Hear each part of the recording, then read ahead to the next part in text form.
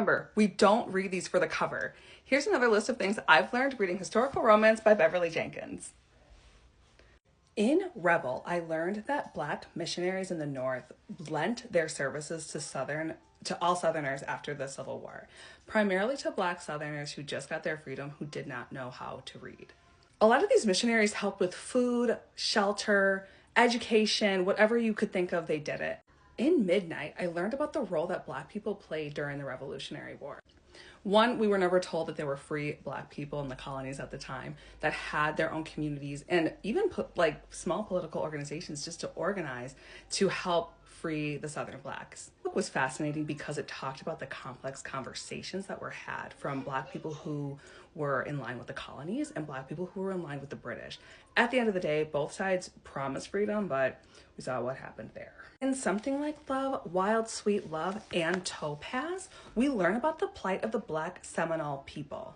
The Black Seminole people were descendants of formerly enslaved African people who gained their freedom and went to southern Florida. They fought with other native tribes to preserve the land. In some cases were either sold back into slavery, found freedom and went to Mexico, or were unfortunately victims of the Trail of Tears and ended up in Oklahoma. Main character Dixon Wildhorse in Topaz is Black Seminole.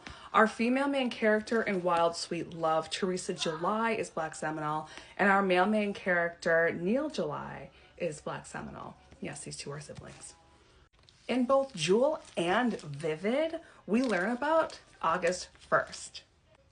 August 1st is the day that the British Parliament declared slavery abolished in the West Indies and the Caribbean. This happened in 1834, far before our liberation in the United States. So a lot of free Blacks and even enslaved Blacks in the United States used to celebrate August 1st as like a gentle nod that yes, freedom is coming and it is on the horizon. Theoretically, this summer, if you're looking for a holiday to throw something on the grill, consider August 1st. I know we'll do something. But remember, this Black History Month, we are prioritizing Black love and Black romance because without it, there would not be Black people. The unfortunate plight of our history is a lot of it is rooted in trauma, and a lot of it is hard to romanticize, and a lot of it is hard to reflect on. However, through these books, I believe it's like somebody's holding my hand while I am walking through the most horrid memories that my bloodline has experienced.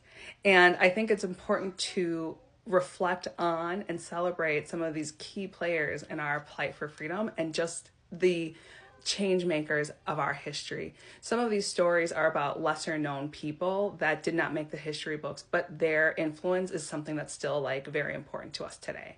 So you let me know, what is one historical fact that you learned